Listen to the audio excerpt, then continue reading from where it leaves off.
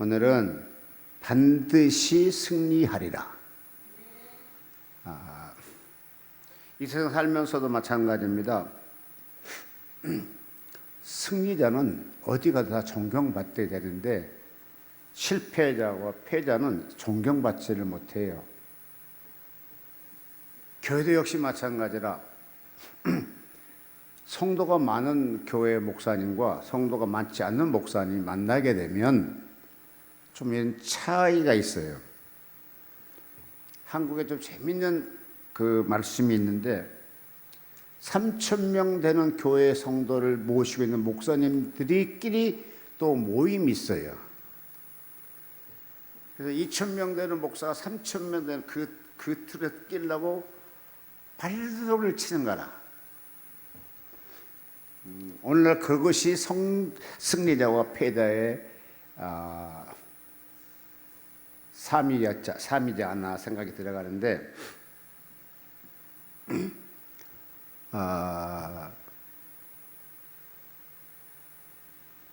오늘은 본문 말씀을 통해서 결론부터 말하자면 하나님이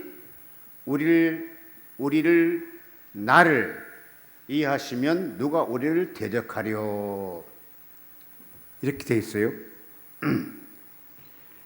그러니까 하나님이 나를 이해해 주시고 편히 돼 주신다면 어떤 것들이 나의 대적이 되겠느냐, 이런 뜻이 되는 거잖아요. 그래서 16대 아브라함 링컨 대통령은 연합군을 전선하고 남북 전쟁을 하게 되죠. 그 역사적으로 보게 되면 참 민족과 민족의 싸움이 참 많아요. 거기도 이제 같은 미국, 아메리카 사람들이 이렇게 전쟁이 붙었는데, 그때 링컨 대통령은 금식을 선포해요. 아주 어려운 역경에 처했을 때에 금식을 선포하면서 뭐라고 기도했냐게 되게 되면 하나님은 우리 편이 되달라고 금식을 하는 것이 아니라, 그 당시 아브라함 링컨 대통령은 우리가 하나님께 죄를 구합시다, 민족이 하나님께 죄를 구하자고 선포하는 거예요. 그러면서 하나님께 돌아가자.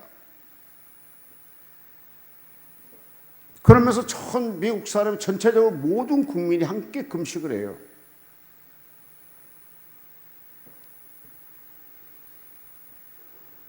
나라가 어려울수록 하나님께 무릎 꿇을 수 있는 그런 미국 사람들이라는 뜻입니다. 나라가 위기에 처했을 때 링컨은 왜 금식을 선포했는가? 아브라함은 믿음이 참 좋은, 링컨은 굉장히 믿음이 좋은 분으로 책에 많이 나오잖아요. 그러면서 그는 1863년 4월 30일 날 전 국민에게 금식을 선포를 해요. 나라에서. 만약 우리는 이재명 대통령께서 세계 정세가 불안하고 세계 정세가 전쟁이 나고 나라가 분열되고 있으니까 금식합시다, 그렇다면 우리 국민은 금식하겠어요? 할까요? 할 분도 계시고 안 할 분도 계실 거예요. 근데 미국에는 어느 나라 사람마다 애국심이 투철해요. 수전 전에 9.16 테러 사건이 있었잖아요. 그때 많은 분들이 교회로 들어왔어요. 교회로. 실질적으로 이제 우리 청교도를 통해서 본 미국은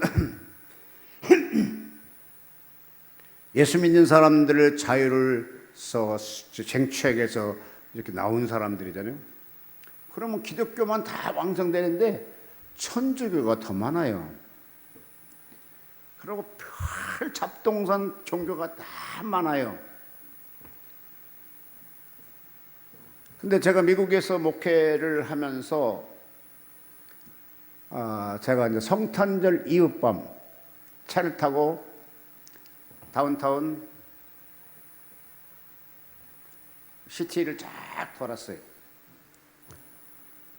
교회마다 가봤는데 교회마다 불 켜 있는 교회가 없어요. 미국에는 성탄절 이후 밤에서 교회로 모이는 것이 아니라 다 가정으로 모여요. 가정에서 예수 탄생을 기억하게 되고 예배도 드리게 되고. 근데 그걸 비춰서 한국을 바라보게 되면 뭡니까? 한국은 완전히 재밌는 즐거운 밤이 되잖아요. 뭐 쇼핑하는 사람, 디스코에 춤을 추는 사람. 어째 성탄 이후 밤은 하나님을 기쁘게 하는 것이 아니라 인간의 상업적인 쾌락으로 돌아갔잖아요. 근데 미국은 절대 그렇지 않더라고요. 그런 것처럼 이 링컨 대통령, 그래서 가장 미국의 존경받은 대통령이 링컨이에요. 아이다호 막 착한 사람이 있지만 가장 존경받는 사람이 링컨이거든. 왜? 나라 이길 때마다 그는 국가적으로 금식을 선포했어요. 근데 그 이상하게 금식을 선포하는데 반드시 그 금식을 하게 되면 선동하다라는 거라. 성공한 다음에 어떻습니까? 그냥 기뻐 자기들이 축배를 마시는 것이 아니라 하나님께 반드시 감사 예배를 드렸다는 거라. 오늘의 성경의 민수기 14장 9절에 보면 이렇게 말씀되어 있어요. 이스라엘 백성이 출애굽하여 가나안 땅으로 점령하기 위해서 정탐꾼을 내보내는데 그들이 정탐꾼이 갔다 온 다음에 12명을 보냈는데 12지파 중에 가장 용맹이 있고 지혜로운 사람을 골라서 12명을 선택해서 가나안 땅을 40일 동안 점령을 보낸단 말이에요. 탐정을 보낸단 말이죠. 근데 와가지고 10명들이 뭐라 하겠습니까? 도대체 불가능합니다. 그들이 보니까 포도 한 송이를 장정이 둘이 메고 가게 되고, 그러니까 어마어마한 적과 끓이는 땅이란 말이죠. 그 다음에 그들은 네프린이었고 대장부였었고 키도 우리보다 크고, 우리는 그들에 의해서 절대적으로 그 가나안 땅을 점령할 수가 없습니다. 그때 갈렙과 여호수아는 얘기를 합니다. 아니야, 그들은 신이 떠났고 하나님은 우리와 함께하므로 그들은 우리의 밥입니다 라고 선포한단 말이에요. 그 말을 듣던 백성들이 그를 돌로 막 치려고 막 난리를 치니까 거기에 성경이 잘 보면 동시에 돌로 치락할 때 그 동시에 하나님이 나타나셨습니다. 뭐라고 하셨습니까? 민수기 14장 9절에 오직 여호와를 거역하지 말라, 또 그 땅의 백성을 두려워 말라, 그들은 우리의 밥이라. 여호수아와 갈렙이 모세에게 지금 고합니다. 백성에 고합니다. 그러므로 그들을 하나님이 떠났고 신이 떠났고 우리는 하나님이 함께한다, 그들을 두려워하려 말라. 온 백성들이 막 돌로 칠락할 때에 여호와의 영광이 심하게 나타나기 시작합니다. 그러면서 뭐라 하겠습니까? 14장 10절에 보니까 이렇게 말씀을, 여호와께서 모세에게 이르시되 이 백성은 어느 때까지 나를 멸시하겠느냐라고 말씀하고 계십니다. 왜냐? 니들이 힘갖고 가나안에서, 아니 니들이 힘갖고 애굽을 나왔느냐? 니들이 힘갖고 블레셋을 밀쳤느냐? 니들이 힘갖고 뭘 했느냐? 날마다 낮에는 구름 기둥으로 밤에는 불 기둥으로 널리 인도해서 이제 마지막 가나안 땅 앞에까지 왔는데 또 그들의 육신의 눈을 보고 또 두려워하느냐? 그러면서 말씀하셨습니다. 모든 이적을 행한 것도 생각하지 아니하느냐? 지금 하나님이 모세에게 백성의 말로 하고 있는 겁니다. 모든 이적을 행한 것을 생각하지 아니하겠느냐? 어느 때까지 나를 믿지 않겠느냐? 오히려 막 백성이 책망을 하고 있습니다. 내가 전염병으로 그들을 쳐서 멸하고 너로 그들보다 크고 강한 나라를 이루게 하리라. 민수기 14장 13절로 말씀하고 있는데 같이 한번 보십시다. 민수기 찾으세요.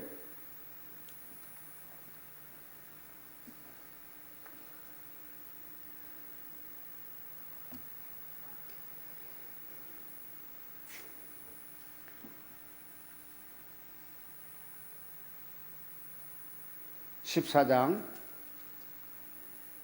10절.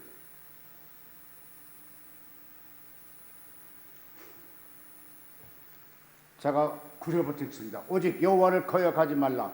또 그 땅 백성을 두려워 말라. 그들이 우리 밥이라.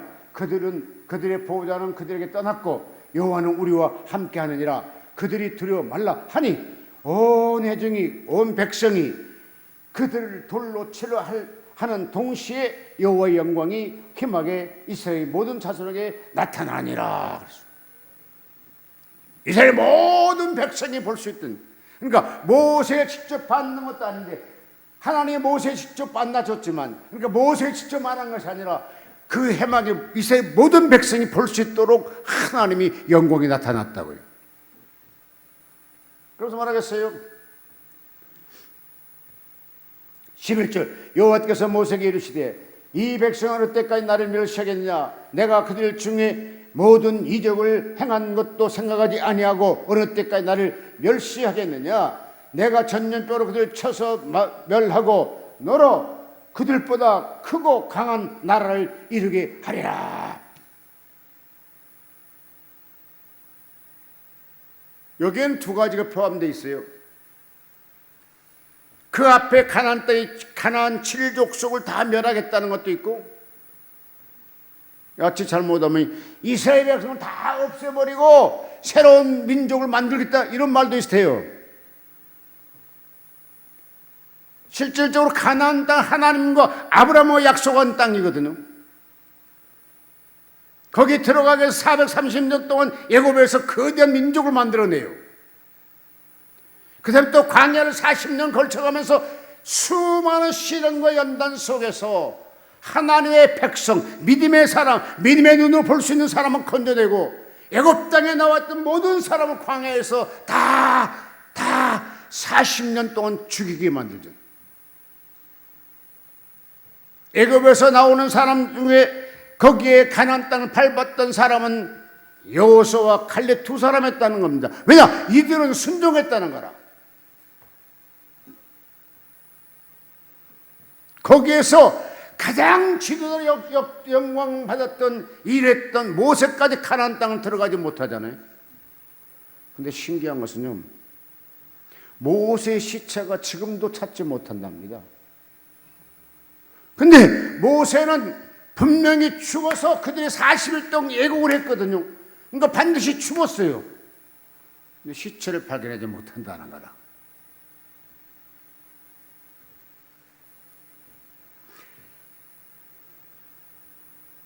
그러면서 말하기를 13절 모세가 여호와께 여짜오되 애굽인 중에서 주의 능력으로 이 백성인데 내셨거늘 그리하시면 그들이 듣고 이 땅 거민에게 구하리라. 주 여호와께서 이 백성 중에 계심이 그들도 들었으니 그 주 여호와께서 대면하여 보시며 주의 구름이 그를 위해 섰으며 주께서 낮에는 구름 기둥으로 가운데로 밤에는 불 기둥 가운데로 그들 앞에 행하셨나이다.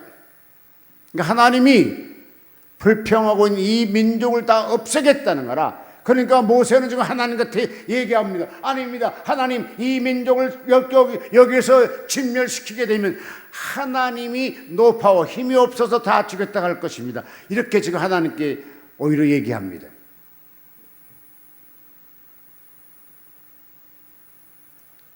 (20절) 여호와께서 가라사대 내가 내 말대로 산호하노라. 모세가 하는 말을 이제 백성들을 용서해 주겠다는 거라. 그러니까 모세가 승리했던 것은 자기의 어떤 감정도 있었고 자기의 백성들이 순종을 안 따라온 것도 있었지만 그걸 하나님께 노출한 것이 아니라 오히려 백성을 위하여서 외쳤던 것을 보게 됩니다. 같이 한번 더 읽어요. 18절. 여호와께는 노하기를 더디시고 인자가 많아 죄악과 과실 사하나 형벌을 받는 자를 결단도 사하지 아니하고 이 아비의 죄악을 자식에게 갖다 3, 4대까지 이르게 하리라 하셨나이다. 구하옵나니 주의 인자와 광대하심을 따라 이 백성의 죄악을 사하시며 애굽에서부터 지금까지 이 백성을 사하신 것 같이 사하여 주옵소서.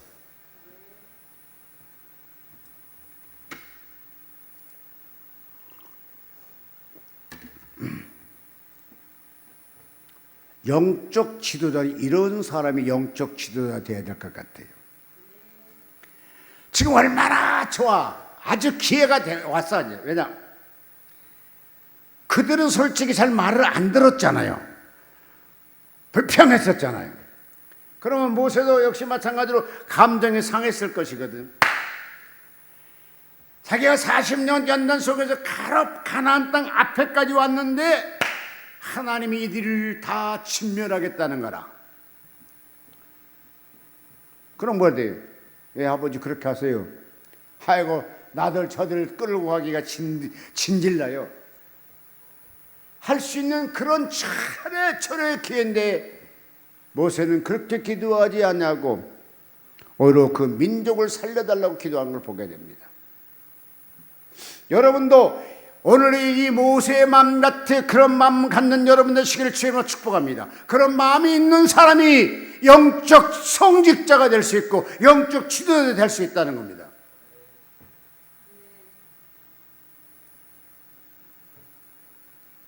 근데 이 설교를 준비하면서 나를 한번 생각해 봤어요. 나를. 자, 하나님이 직접 너 진짜 막 깐죽깐죽한 놈 하나님이 딱 처단해 주겠다는데 너는 어떻게 할 거야? 여러분 어떻게 대답할 것 같습니까? 오케이 할 것 같아요?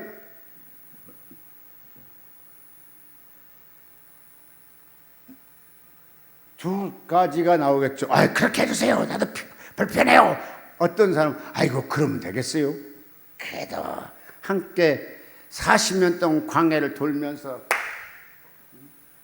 매일같이 먹고 싶은 건 제대로 먹지 못하고 맨날 하나님 주셨던 만나만 매일같이 먹었는데 그래도 저들이 가나안 땅 따라가 보려고 그래도 하나님의 말씀 순종해 보려고 이렇게 지금까지 40년 동안 불평했지만 애굽으로 돌아가지 않고 우리와 같이 했지 않았습니까? 고로 저들을 죽이면 안 됩니다. 뭐 이런 뜻도 있었지 않았겠습니까? 결과적으로 죽이지 아니하고 그들을 가나안 7족속을 물리치고 가나안 땅을 들어가 점령했던 걸 보게 됩니다.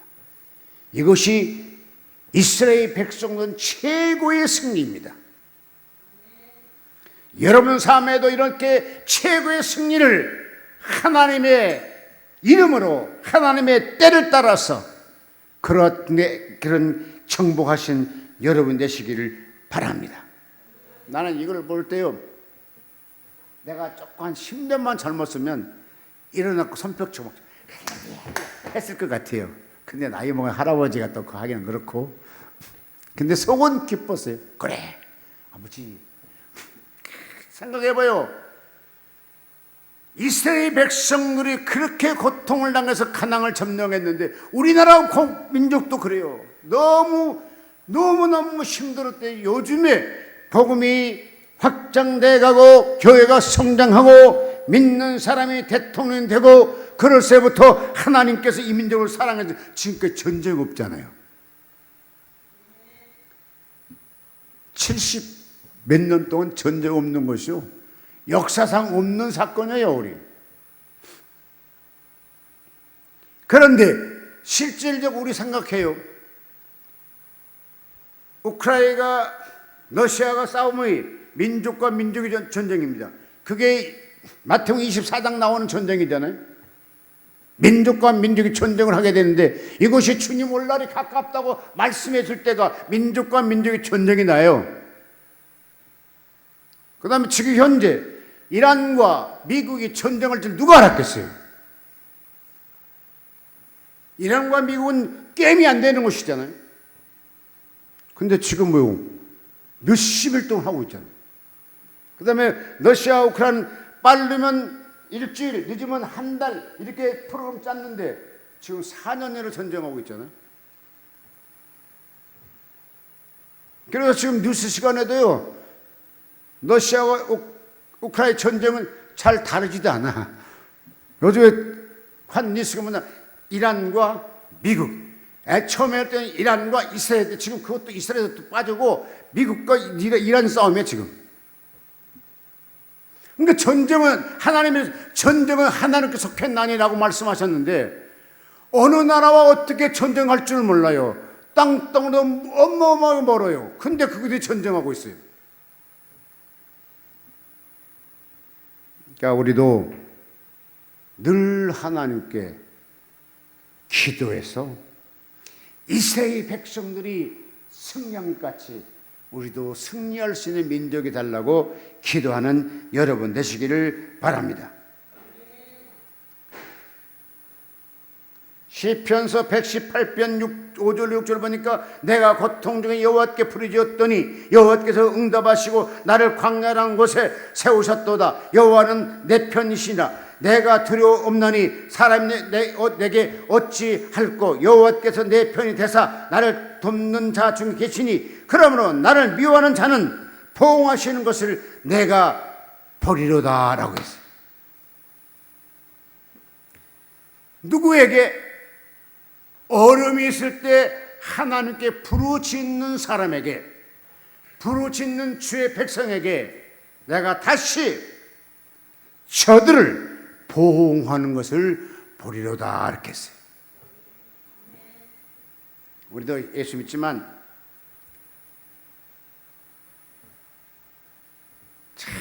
저 새끼 진짜 정말 죽이고 싶다 이런 생각 갖잖아요.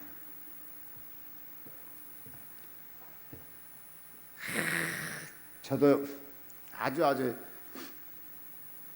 힘든 터널을 지나가고 있습니다만은 그때 그런 생각이 들더라고요. 하나님 살아계시잖아요. 그 말은 나 힘들어요. 좀 손 좀 봐줘요. 이런 것이 내포되어 있지 않겠어요? 하나님은 아주 정확한 분이세요. 제가 신학을 공부하면서 섬기는 교회가 있었는데 거기를 이제 못 갔을 때에 집 주변에 교회를 갔단 말이죠. 그러니까 막 반갑게 대하면서 막 등록을 하라고 그러더라고요. 섬기는 교회가 있는데 등록하면 그렇잖아요. 그래서 막 하나니까 하나 등록시켜놓은 거 보고 큰 문제가 나고 그냥 등록을 했어요. 근데 그날 저녁에 제가 꿈을 꿨어요. 천국에 갔는데요. 내 주소가 두 군데더라니까요. 아무나 교회 등록하면 안 되는구나. 그때 알았어요. 그때요. 나는 그냥 내가 성경에 있지만 여기 가면 등록해주고 저거 등록해 그럴 수 있다고 생각했더니 하나님이 신학생인이다 보니까 가르쳐 주셨어요. 그러면 안 되는구나. 로마서 8장 32절 자기 아들을 아끼지 아니하시고 우리 모든 사람을 위하여 내어주심니가 어찌 그 아들과 함께 모든 걸 우리에게 은사로 주지 아니하시겠노 그랬어요. 아들까지 줬던 하나님이 다른 걸 아껴주고 은사를 안 주시겠느냐. 실질적으로요, 메가다 장군이 한국에 파견 유엔을 데리고 왔었잖아요. 근데 많은 사람들이 그래요. 이승만 대통령 전에 보게 되면 이승만 대통령하고 메가다 장군하고 소령 때부터 친구가 됐어요. 그러니까 40년 동안 친구를 맺었어요. 심지어는 이승만 대통령 부인이 질투할 만큼 친했다는 거라. 누구와? 메가다 장군하고. 보통 가면 손잡고 막 몇십 분, 뭐 2시간 대화하고 막 그럴 정도로 친했어요. 근데 이승만 대통령이 이미 그걸 알았어요. 이 메가드 장군의 소령 때, 이 사람은 큰 인물이 되겠다 생각하고 그에게 편지도 보내고 카드도 보내고 선물도 보내고 40년 5월 관계 친맥을 맺었어요. 그러니까 진짜로 6.25 전쟁이 터졌잖아요. 1950년도에. 1950년 6월 25일 날 전쟁이 터졌잖아요. 3일 만에 서울을 점령됐잖아요. 그럴 수밖에 없는 것은 그 당시만 해도 늘 당파 싸움이 있었어. 근데 북한에서는 스탈린에 가가지고 탱크를 가져오게 되고 비행기를 가져오게 되고 총을 가져오게 되고 우리는 그 당시 탱크 하나도 없었잖아요. 탱크도 없는 나라가 무슨 비행기 있겠어요? 그러니까 단 3일 만에 서울을 점령시켰어. 계속 물에 뱉혔으면 그냥 끝날 텐데 또 3일에서 서울에서 3일 또 그냥 전쟁 멈추고 있었잖아요. 우리는 대구로 대전으로 마지막 낙동강까지 흘러가서 전설을 피게 되잖아요. 이때 메가드는 하나님께 무릎 꿇고 기도했다는 것이 책에가 기록되어 있답니다. 도대체 안 될 수밖에 없는 전쟁에 메가드의 그 기도의 용, 지혜도 있었지만 하나님께 기도해서 하나님의 지혜를 받아 그 당시에 초랑교회 부산 무슨 해수욕장, 거기 해수욕장에 모여서 피난민들이 와서 하나님께 기도하겠죠. 목사들은 금식을 하게 되고, 그래서 인천 상륙 작전을 선동했다는 겁니다. 이건 단 군사력으로 전혀 안 되는데 기도했기 때문에, 하나님을 의지했기 때문에, 하나님께 무릎 꿇었기 때문에 하나님이 이 민족을 버리지 아니하시고 메가드 장군 같은 그런 분을 끌어다가 하나님이 써줬다는 거예요. 여러분도 반드시 성공을 원한다게 되면 내가 어렵고 힘들고 지쳤을지라도 기도에 줄 놓지 말고 기도에 하는 사람 되시기를 바랍니다. 때를 따라서 영적 싸움도 있고 경제적인 싸움도 있고 질병과 싸움이 있고 사람과 사람 사이에 싸울 수도 있지만, 그러나 기도는 잊어버리지 마십시오. 기도는 해야 됩니다.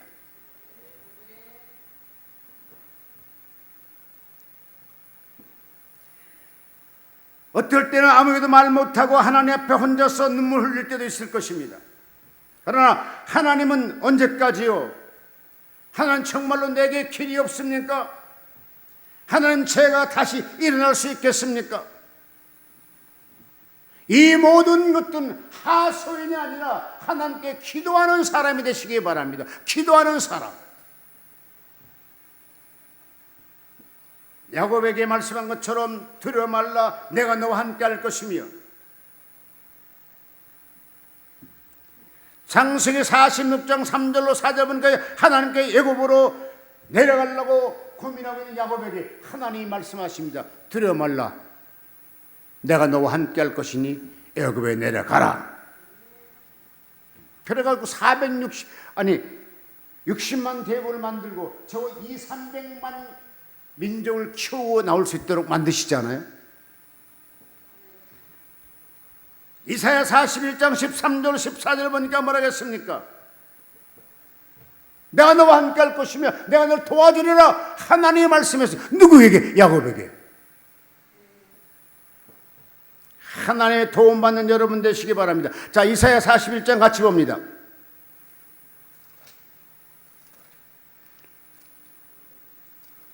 학생들도 성경 찾으세요. 이사야 41장 13절. 이는 나 여호와가 너희 하나님이고 내 오른손을 붙들고 내가 이르기를 두려워 말라, 내가 너를 도우리라 할 것이라.